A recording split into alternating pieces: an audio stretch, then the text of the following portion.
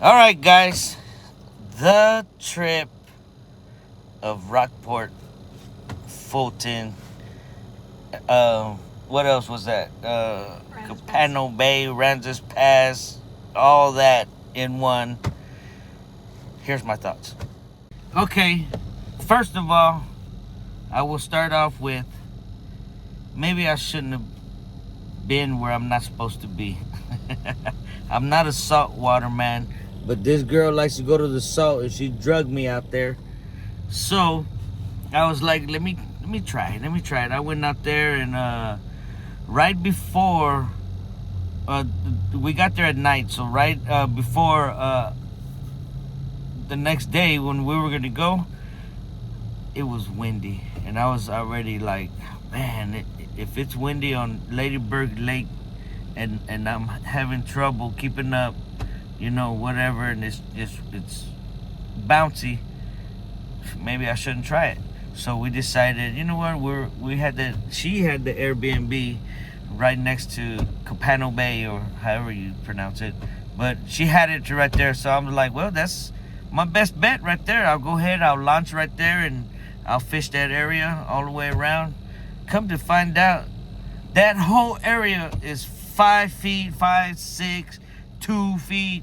I mean, when we first got off the ramp, it said like 5 feet. I was like, okay, let's do the bank.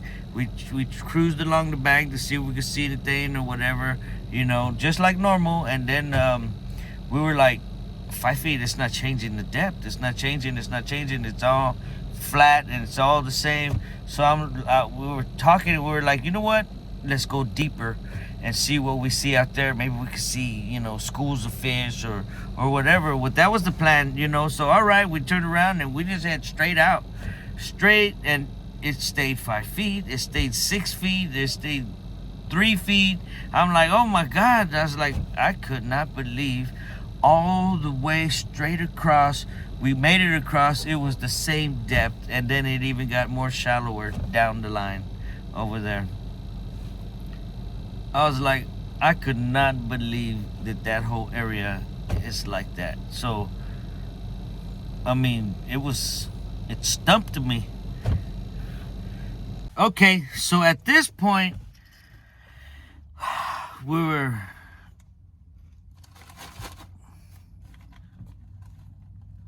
Get out of my video. I don't know where he came from. Give me a second. Okay, so at this point, we were like, we're out of here, man. I don't want to waste my time or anything like that. We're gonna find a new location. We were like, we started trolling. Once we started trolling, we looked up a distance and we saw rain was coming. I was like, oh man, that looks cool, man. Look at that rain and everything. And I was like, oh my God. It started coming and coming closer, and it caught us. So we got caught in the rain, and my boat was jumping up and down, and we were like, we got to make it to the bridge. So we decided to go straight to the bridge, fight the rain. The rain disappeared. I mean, it just passed us quick. But by that time, we were underneath the bridge. We were fishing the pilings, We caught a gaff top. Well, Michael hooked onto a gaff top, But other than that, we already had the mindset, we got to go. This is not the place for us, right now. Because I've realized that I need a jack plate for me to be there. My boat could go low. I could get into some small water, but my motor is too low. I need to get a jack plate. Noted. It's on the list. I'm going to get a jack plate for my boat. But anyways, at this time, we decided we're out of here. We packed it up. We got to the boat ramp, and we drove off to our next location. Once we got to our next location, which is somewhat what I'm familiar with, Con Harbor. We got there. I like this place because last time we catch a little bit of everything. Bonnet heads. We catch sand trout, we catch speckled trout, we catch reds, and some of my other favorites, we catch mangrove snapper.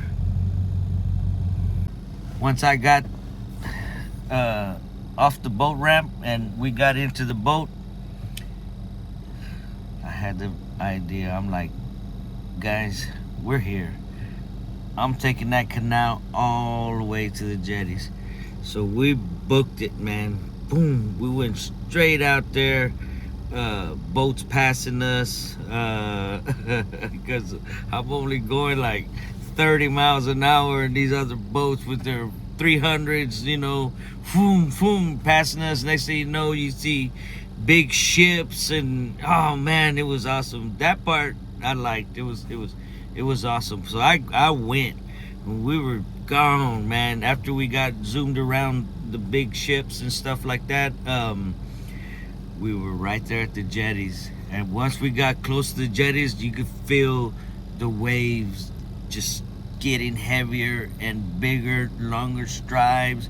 At one point, I was on top of a wave just riding it in like a surfboard because it was going that way. I mean, it was an experience, I'll tell you that.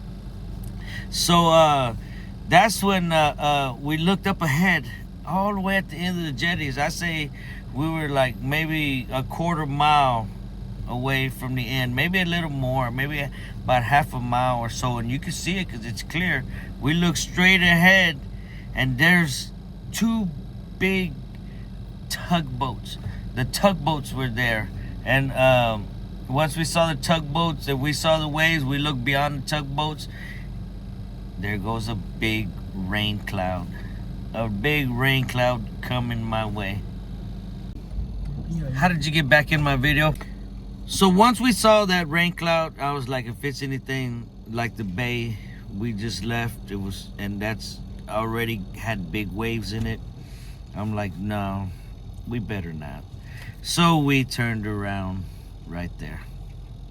We turned around, we hit the jetties on the opposite side. So like if you're going out, the jetties on the left. We hit those jetties, and we were floating along, you know, kind of like doing it like bass, like, you know, we're floating along just a little bit. We finally caught that little edge. We decided we're gonna anchor. We anchored right there. We started casting. They started casting. There was kind of nothing, so we were kind of moving down little by little. We picked up the anchor. Once we picked up the anchor, we went just like maybe 50 yards down. Once we got there, I noticed a big ship was rolling by. I started to record this ship, you know, because it was huge. I mean, it was awesome, man. I loved it. So once the big ship went by, me not knowing what's about to happen, and you guys that are out there know what's gonna happen. Next thing you know, all of the water gets sucked out from underneath my boat. I was literally on sand. No water was underneath my boat because that big ship that I was recording in awe decides to suck all the water out from underneath my boat. And I'm like, I mean, if I was a fish, I'd have been flapping, but oh my God, I didn't know what to do. So I turned on my motor, you know, because it was like a little bit of water, and I tried to get out. I was flinging mud with my prop and everything, and then next thing you know, I look back like that. All the water that came out from underneath my boat came back, and it was like one big old wave. I was like, oh my God, like, we're in it now. We're in it, and there's nothing we could do about it. And here it comes. I told them, brace, guys. Just brace yourself. It's coming. Boom! It hit my boat. I went up to the side. I mean, they went up. Water came, and then now there was water underneath my boat. I engaged the throttle on that thing, and it hit a little bit of mud, mostly water as well, and boom, we got out of there. I mean, it was an experience that I know now not to be there, not to do that. Oh my God, that was something right there. So now we tucking our tail between our legs, and we're coming around the banks, and we fish the other side. That way, that impact can hit the land before it hits us. So, yeah, that was something to remember. So at this point, we're like, we got to get out of there. We got to get out of there. I went ahead and we tried to find a safe spot to fish, and that's pretty much how we ended our day. We went to the opposite side of the road. Once you drive up a little bit, and like if you're going back to the ramp over there to the left, they got bridges. We went ahead and rode underneath the bridge to the left, and we stayed on that side pretty much all the way. And then we started casting towards the bank, stuff like that, and try to fish for bass. But by that time, I was tired. My mind was tired. I was disappointed. My trip didn't go as planned. But that's pretty much how it happened. Once we got to the end, my son finally caught a fish that we were targeting, which was a mangrove snapper.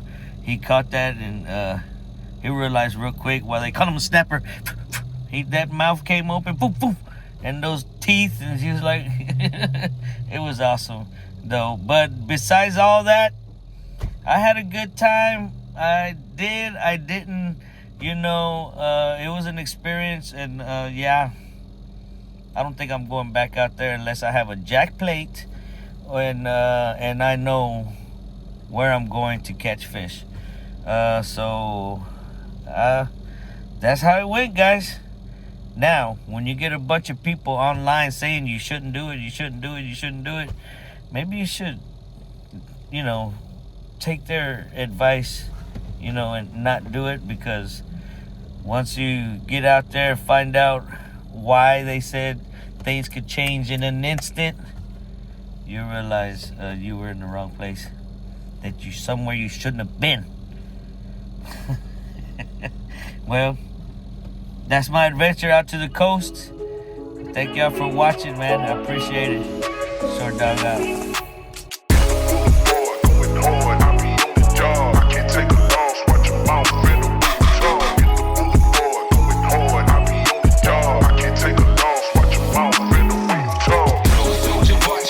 Find me with my sub piece, I'm rolling with my